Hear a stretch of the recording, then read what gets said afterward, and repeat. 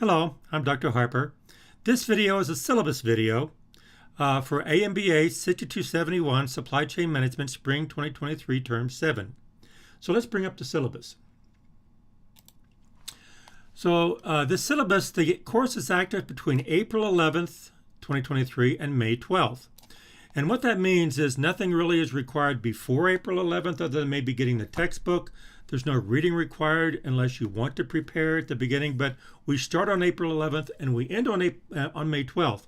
And on May 12th is the end of the course. Nothing is accepted after that. That is one of two very strict rules I have. After May 12th, it's over. I start with the course description. And this course description is right out of the syllabus, right out of the catalog, so you can compare the syllabus with the catalog. And here's the schedule. Here's the 5-week schedule. And notice it starts on a Friday because our weekly sessions are beginning on Friday, 8:30 to noon. Starts on April 14th. And these are the topics which we will cover. And over here is the assignments which are due. And notice they're due on Thursday before the Friday course. But notice this Thursday of Level 1, Introduction and Overview, is April 20th, which is the Thursday before the Friday of the next session. So it goes from Friday to Thursday. And homework 1, 2, and 3 are due on that. And notice on those dates. But also they're due on 11:59 p.m. The second very strict rule is no late assignments accepted. Make sure you get it in on time. Because if you don't, it's a 0. Okay, next on May 5th is exam review, getting ready for the exam, and also project presentations. And there'll be a project in this class, and there'll be presentations in this course. And then on May 12th is the exam over levels 1, 2, and 3. The end of the course is May 12th. Nothing considered after the end of the course. The individual projects are due by 11:59 p.m. May 12th. Notice how I say this. We have project presentations here, but the project reports are not due until May 12th, which is the end of the course. No late reports accepted, very strict rule. Project presentations are in class on May 5th. And as we get into the term, there'll be instructions on the presentations. The textbook is required, Designing and Managing the Supply Chain by Simke Levy, and third edition. Okay, grading. The grades are given solely on the performance on the grade measures, which is 3 homework assignments, 10 points each, a project, 20 points, exam, 10 points, a total of 60. And so your grade over here is based on how many points you earn divided by the total possible. That percentage over here corresponds to a letter grade. And that's how grades are assigned, very objectively, not subjectively. No plus minus grades, no curves, and there's no extra credit. The rounding conventions that are used is everything above 0.5 and above is rounded up to 1. Less than 0.5 is rounded down to 0, and that's true with every digit. Homework is designed for learning. The project is designed for research beyond the course. Exam is designed for evaluation at the end of the course. All assignments submitted through Canvas. As a matter of fact, you can download the questions for the homework, the instructions for the homework, the instructions for the exam and the project. You can download that, but then you upload it through Canvas. The exam is in class. Project presentations are in class. Now, the policies and procedures in this syllabus apply to every student, which I'll go through briefly here because I'll do it again in the class. Each student is responsible to know and comply with all policies and procedures, which also indicates or implies that you review the syllabus as we go through the term. End of the course is May 12th. Nothing considered after the end of the course. Again, that's a strict rule. So that's the overview. So let's get into the details here. And as you'll see on the very first introduction, the supply chain functions are given by logistics, inventory, relationships, information, and strategy. Usually these 5 are more functional. This strategy is a combination of the 4 into the 5th. The supply chain characteristics, you have lean supply chains, green supply chains, smart supply chains, resilient supply chains, responsive supply chains. I'll talk about this the first lecture. Supply chain types. You can have a commodity supply chain, usually upstream, a reverse supply chain, usually starting downstream, global supply chain, which is extremely important today, and then a service supply chain, which is growing in popularity globally with the reverse and commodities. All these are not individual, they're all interconnected. The development, as I say in the up here in the syllabus, up here, this development here is first, level 1 is introduction overview, and that's terminology, basic structure, tactics, and analyses. There's where I began focusing on the functions and also the more into the actual characteristics. And finally, strategy and integration, there's where you have the characteristics and the types. And so we go stage, step, level 1, level 2, level 3, introduction, analyses and tactics, and then strategy and bigger picture of integration. Course design. Work in this course is designed to be done only between the active dates, nothing before, nothing after. Work in this course will be considered between active dates according to the syllabus, and this course contains homework assignments, individual project reports, assignments, project presentations, and exams. And let me point out that the homework and projects, actually all of it, I expect everyone to submit their own work. But as we see down below, collaboration is highly encouraged. You work together except for the exams, take the exams yourself, and the project report composition is yours. Don't let someone write it for you, and don't write it with someone. You write it yourself, because every project needs to be individual. Course grade is based solely on student performance. I've already mentioned that. Respectful behavior before, during, and after class sessions is expected, which includes but not limited to refraining from talking during lectures. It's disruptive. Arriving late. Sometimes you have to, but try not to. Leaving early. Sometimes you have to, but if you have to, be very, very discreet about it. Use of cell phones. Don't be talking to someone in the course when we're trying to learn. Conducting work during lectures. Now, the conducting work during lectures, I need to clarify that.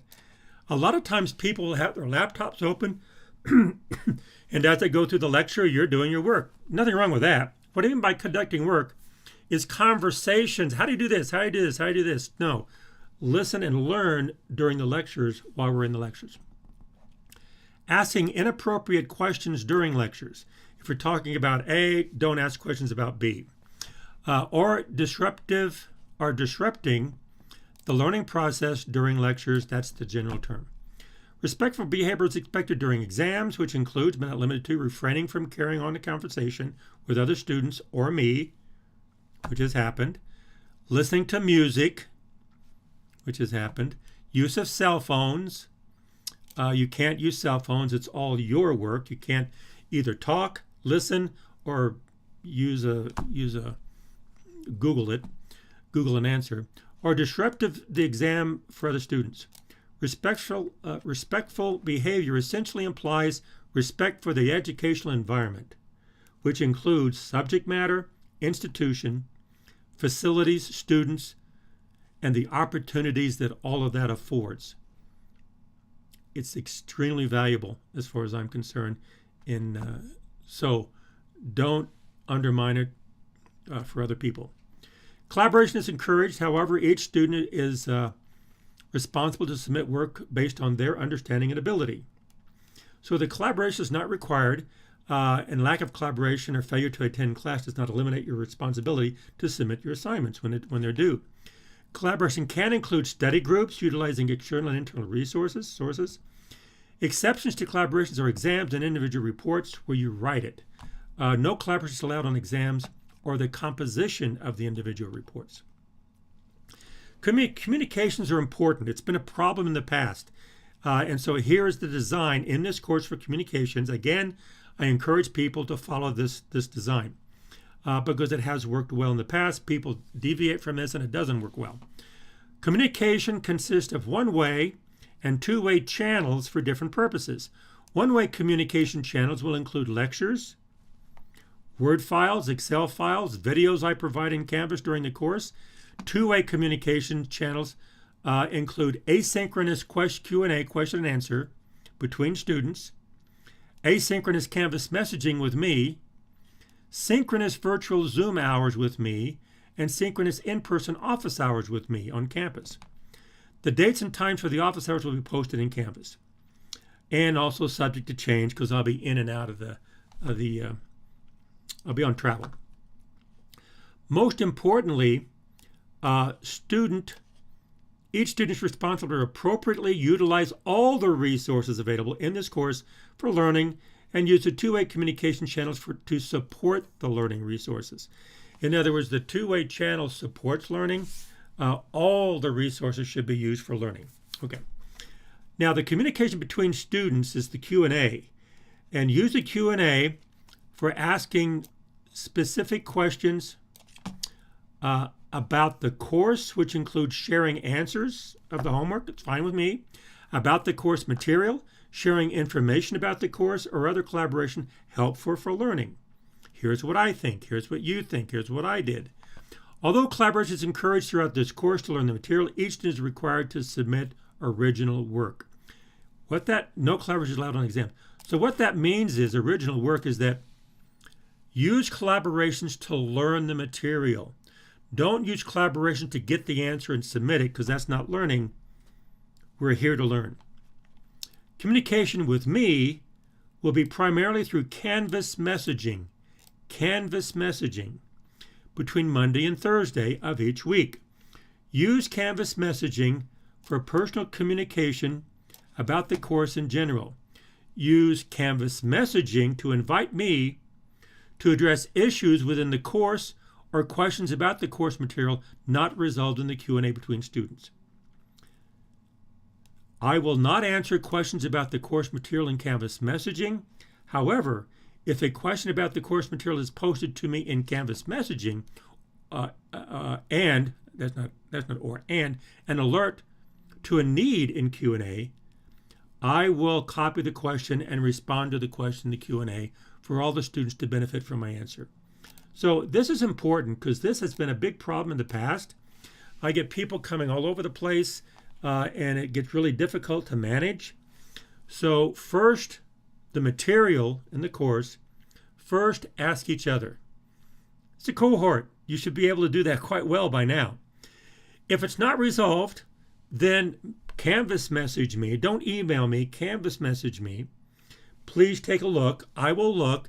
And if the discussion is there, then I will respond. If it's right, I'll say that's right. If it's wrong, I'll say, well, it's close. I'll try to answer it as best I can.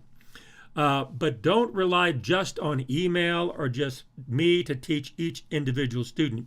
Work together, learn how to learn from your resources, and your fellow students are one of the most important resources. Do not rely on email as primary communication in this course. Since email has been unreliable in the past, use email only when necessary. Should communication using email is deemed necessary, use this email address and include AMBA 6271 and your section in the subject area. And your section is like 533, that kind of thing. So I know you're that section. Otherwise, I may not receive the email. Okay, collaboration is responsibility of each student. Lack of collaboration does not eliminate your responsibility to submit assignments. If a tutor is used, which quite often people will, and I think it's a good idea, use resources, which is the responsibility of the student. Be careful to use the tutor appropriately. And what I mean by that is learn the material.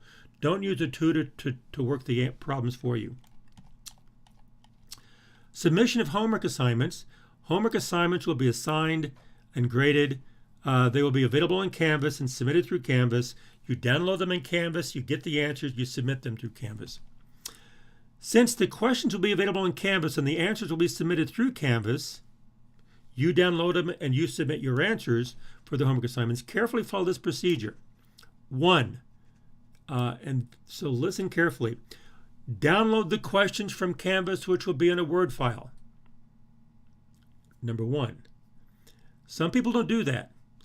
They click for submission and there's no questions there. Once you click it, that's a problem. Download the questions. 2, work the problems, obtain all your answers for all the questions, ready to go. 3, only when all the answers are ready to submit all the answers through Canvas at one time by the due date and time. And here's why. Each student is responsible to submit answers through Canvas correctly, completely, and on time. Answers may be submitted only once. That's why when you click it, you can't go back, and it's timed. And all of a sudden, you're going to get a 0. Assignments submitted will be accepted as an entire assignment. You can't answer 1 or 2, go back and come later. No, all at one time. And graded as an entire assignment. So it'll be graded, and that's your grade on that assignment. Once you begin submission, you have only 60 minutes to submit all the answers to an assignment if all the answers are submitted on or before the due date and time for the assignment. The due date and time are strictly enforced by Canvas, which supersedes the 60 minutes. Canvas will not allow submission after the due date and time, even during the 60-minute window. The entire assignment must be submitted on or before the due date and time indicated. No late assignments are accepted. So if you get the idea, you can, if you're not ready to submit all your answers and you open the link to submit assignments, what happens is that in 60 minutes it goes away. In 60 minutes it closes and submits whatever you put in. So don't open it until you're ready to submit all your answers. And that's been a problem in the past. I'm trying to emphasize it. Assignments not submitted have a grade of 0. The answer to the assignments will be posted online after the due date, Friday morning before class. No late assignments accepted. This policy is strictly enforced, no exceptions. Follow the common rounding procedures after the date and time. If there's a problem, the answers will be posted on Canvas, and sometimes there's problems. Resolve any grading errors on assignments as soon as possible. No corrections to graded material will be made after the end of the course. Sometimes mistakes are made. Sometimes Canvas make a mistake. Sometimes I make a mistake. If a mistake is made, bring it up. And if I can resolve it, I will. But do it as soon as you can. Because after the end of the course, I post grades and I'm gone. It's over with. Collaboration is encouraged to aid in the learning, but not required. Although collaboration is encouraged, students are expected to perform and submit their own work. I say that again and again and again. Examinations are designed for evaluation and will be given in the course. Exam will be in class, open book, open notes, multiple choice, and timed. No collaboration is allowed. Collaboration is cheating and constitutes academic dishonesty. Exam not taken will have a grade of 0. No work accepted after the end of the course. So that's the last day of the course, and that's the end of the course. Okay, you will have a project in here. Each student is required to conduct independent research on a topic based on material related to the course. The deliverables from each student are an individual report and an individual presentation. Presentation in class, report submitted by the end of the course. Each student must have a different project. You can work on it together, but each student must do a different part of the project. The project grade for each student will be 10% on the presentation, 90% on the individual report. And project instruction will be provided during the course. And I go through this, the originally composed individual report, the submitted completion report through Canvas, the outline of the report, the project presentations. I'm not going to go through this now. I will cover this during the course as we get closer to the project. General policies. And this is just a review of what I've already said. Assignments are downloaded and submitted through Canvas. No late assignments are accepted. Final course grade will be to the registrar, not on Canvas. End of the course is the last day of the course. Academic dishonesty, I will report it. The conduct here, university information, FERPA, educational rights, all this I will cover during the first lecture of class. Okay, now this ends this general policy. I've already mentioned all of this stuff. This is the end of my part of the syllabus. Now, faculty have been required to include the following information in the syllabus. I include the wording provided to the faculty for your information. Instead of trying to reword it, I go, okay, fine. I'll take what they give me and I'll just put it in my syllabus, and there it is. So you can read it, and they go into a lot more detail than I do. University policies, first academic honesty, student code of conduct, plagiarism, cheating, fabrication, falsification, misuse of academic materials. They talk about all that. Disability access. I didn't talk about disability access, but it's important. If you need assistance in the disability resources and services, use it. Use all your resources for learning. If you need it, use it. So make sure you do use their resources. Non-discrimination, sexual misconduct. There's absolutely no place for that at a university in learning. Is committed to maintaining a positive learning, working, and living environment. University policy in Title IX prohibit discrimination on the basis of race, color, national origin, sex, age, disability, pregnancy, creed, religion, sexual orientation, veteran status, gender, on and on and on. There's no place for that, and I will ask you. I will tell you, don't do that. Okay, statement on pronouns and preferred names. In an effort to create an inclusive space both in and out of the classroom, I welcome students to please share their preferred names or their pronouns with me, either in class, in office hours, via email. And if I use the wrong pronoun or I use the wrong name or whatever, please correct me, because I want to call you what you want to be called. I respect that. And if I say the wrong thing, it's out of ignorance, I don't know, or I make a mistake, just correct me. And I want to get back online. Okay? Diversity and inclusion. This is from Dr. Brenda Allen. I know her, great resource here. And this talks about, I understand what she's saying here, but I would say it differently. And she says, you belong here, as do your classmates. You belong here if you have great teachers and positive experience. You belong here if your schools, the society marginalized you in your community. You belong here if you are, and she goes through different religions. I know what she means, but I think I would say it very differently. I don't think she means what she says. Just because you have a religion, that doesn't mean you belong here.